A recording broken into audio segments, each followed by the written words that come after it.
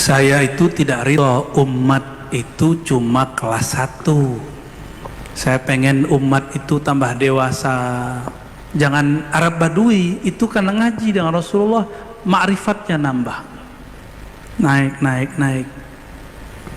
Awal-awal kita ajak orang sholawat, kita kasih tahu kalau sholawat utang terbayar. Jomblo dapat jodoh, itu awal-awal. Sakit sembuh, itu awal-awal. Dikasih iming-iming. Kalau belajar hikam, makanya wajib yang sholawat ini belajar hikam. Apalagi Gus, Kiai, Habib, wajib belajar hikam kalau ada level-level ini. Kalau enggak, ruhaninya tidak dewasa. Apa kata Imam Natta'illah? Min alamatil i'timad alal amal nuqsanur raja inda wujudiz zalal. Saya gak usah terjemahkan, tapi saya pakai syarahnya Ibnu Abbad. Kata beliau, ikhlas ada 3 tingkatnya. Tingkat awam, tingkat muridin, yang terakhir puncak arifin. Saya nggak mau jamaah yang hadir ini kelasnya kelas awam terus. Mau nggak diajak naik kelas? Ya, kalau nggak sama seperti onta. Onta itu datang kepada Rasulullah mengadukan urusan perutnya. Antum datang ke majelis maulid berdoa, ya Allah semoga utangku terbayar, semoga makanku dapat. Lah apa bedanya? Mau sampai kapan begitu? Boleh, nggak apa-apa. Tapi capek mikir begitu, sholawat nanti capek. Maka banyaklah orang-orang aurat ribuan tapi lelah batinnya, nunggu-nunggu keajaiban. Kata guru kalau baca sekian nanti ada duit di bawah kasur, dilihat-lihat nggak ada.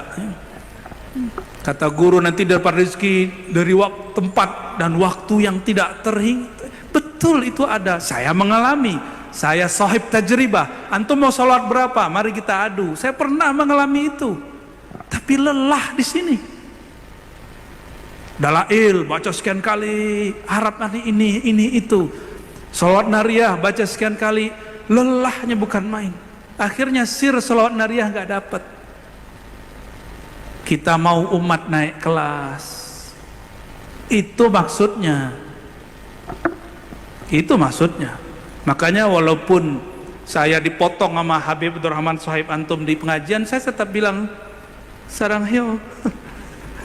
Ya nggak apa-apa, karena beliau berdakwah di tataran awam.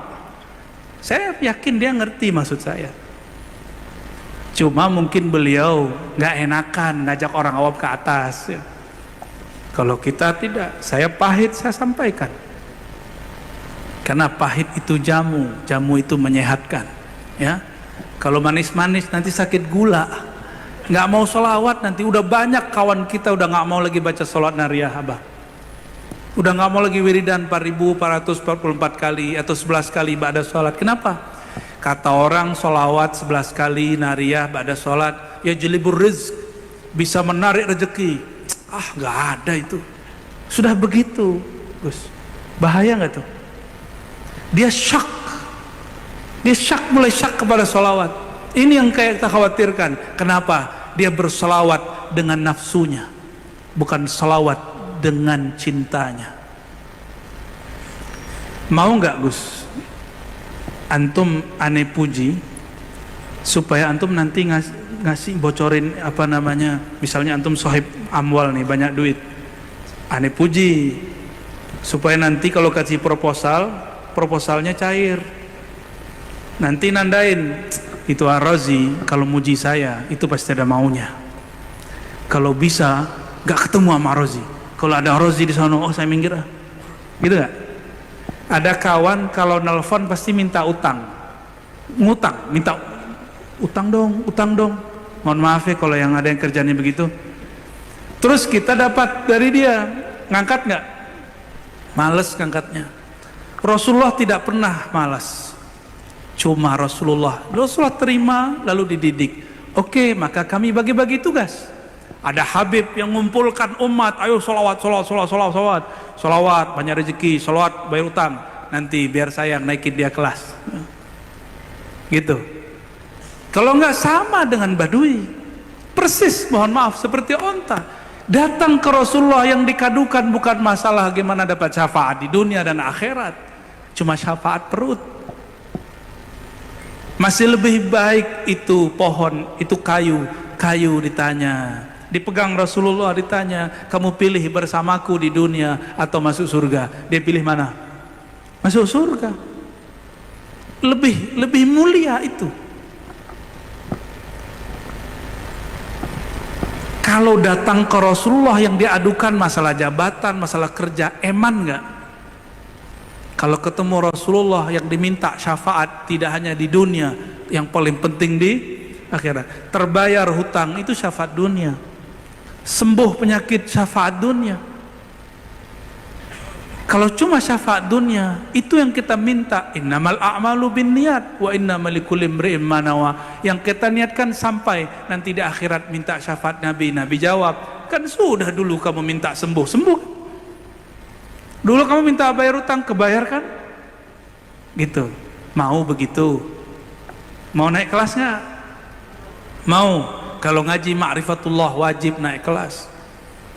Orang yang kenal Allah. Kalau saya sudah kenal sama Gus ini, maka kalau ngopi muji beliau karena emang suaranya enak, bukan karena pengen dicairkan proposalnya. Kira-kira begitu. Wah, ini sohib aneh nih, nyaman, ngopi bareng nyaman, ketemu nyaman, bahkan rindu kalau nggak ketemu, nelfon, ente di mana? Tapi kalau datangnya cuma karena ada hajat, kalau hajat nggak ada, datang nggak? Maka Imam Sya'rani mengatakan, ahlud dunia datang kepada ulama kalau ada hajat. Ini sudah mau dekat nih 2023, Abah pasti banyak dikunjungi sama politisi nanti. Ya, nanti Gus ini antum juga sama nih, bakal banyak diundang-undang nanti tuh. Ya, jadi undang-undangan nanti. Ya. Berkah ya, amin. Tuh kan seneng kan? Jadi kita tidak melarang, kita cuma bilang, oi jangan tertidur dengan iming-imingan itu untuk menarik orang bersolawat. Kalau sudah solawat kita naikin. Maka ada namanya salawat muridin, ikhlasnya para murid. Murid ini sudah naik kelas, solawat karena ingin tenang, ini loh Bang. Solawat karena bertambah ma'rifat, sudah muridin. Orang-orang ini sudah oke, ini sudah tinggi, sudah kelas tinggi. Solawat karena ingin batinnya, ruhnya, kolbunya bercahaya. Ini sudah tinggi. Tapi ada yang lebih tinggi dari itu. Orang-orang yang level 2, dia tetap mengedepankan dirinya, tapi dirinya yang batin. Sedangkan kelompok pertama mengedepankan dirinya yang zahir. Lain dengan level 3, arifin. Dia nyembah Allah karena Allah layak disembah. Dia bersalawat kepada Rasulullah karena Rasulullah layak disalawatkan. Bukan karena dia ada hajat. Seandainya dia sakit, dia salawat, tidak sembuh penyakitnya, dia tetap salawat. Seandainya dia punya utang, dia salawat, utangnya tidak lunas-lunas, dia tetap salawat. Karena utangnya salah dia sendiri, bukan salah Rasulullah sallallahu alaihi wasallam. Faham maksud saya? Maka saya tidak marah kepada orang-orang yang mengajarkan itu. Cuma saya gregetan kalau dibiarin begitu. Ya. Bukankah di Quran diajarkan afala taqilun? Apakah kalian tidak berpikir? Disuruh mikir, bukan hanya dibuat khayal-khayalan pahala. Disuruh kita mikir. Dan akal itu hobinya mengenal. Bertambah pengenalan, bertambah kecil terlihatnya pahala. Kita merindukan surga bukan karena surganya lagi, tapi karena di surga bertemu Rasulullah sallallahu alaihi wasallam. Karena di surga nanti diizinkan memandang wajah Rasulullah. Jika setelah memandang wajah Rasulullah baru sanggup memandang wajah Allah. Jadi saya rindu surga bukan karena mau kawin sama bidadari. Di sini juga banyak perempuan. 70 ada bidadari, terus bunuh orang, ngebom orang, ya kurang itu ya. Mending di dunia. Di sorga itu kita ingin rindu masuk sorga karena satu hal yang mahal. Di sana ada Rasulullah Sallallahu Alaihi Wasallam. Kalau tidak ada Rasulullah SAW, saya tidak akan merindukan surga. Ternyata beliaulah inti dari surga itu. Beliaulah surga yang sebenarnya. Beliaulah ruhul jannah. Ruhnya surga itu beliau. Maka kalau ada kajian hakikat mengatakan tidak usah harap surga, itu maksudnya surga materi, surga syahwat. Maksud mereka, ayo harapkan ruhnya surga. Itu maksud saya, Gus. Ya. Jadi jangan salah faham. Kalau antum mau salah faham, silakan. Kalau mau lain faham, apalagi saya paling terbuka dengan orang berbeda faham. Ya. Dari awal kita berdakwah tahun-tahun 2008, saya mulai dakwah terbuka ngaji kitab 2008, dan kita sudah siap berbeda karena al-ikhtilaf rahmah. Berbeda itu rahmat, karena mungkin tidak semua orang juga sanggup mencerna yang kita kalamkan. Mungkin senang diiming-imingi, yo sholawat, sembuh penyakit, pulang-pulang nggak sembuh, malah tambah sakit. Di hati was-was loh. Saya mengalami itu. Maka Bapak Saudara, para asatiz, mari sama-sama mendewasakan umat. Sepakat nggak? Mari sama-sama kita mengedukasi umat, karena ini perintah amanah ilahiyah. Afala taqilun, apakah kamu tidak berakal berfikir? Barangkali itu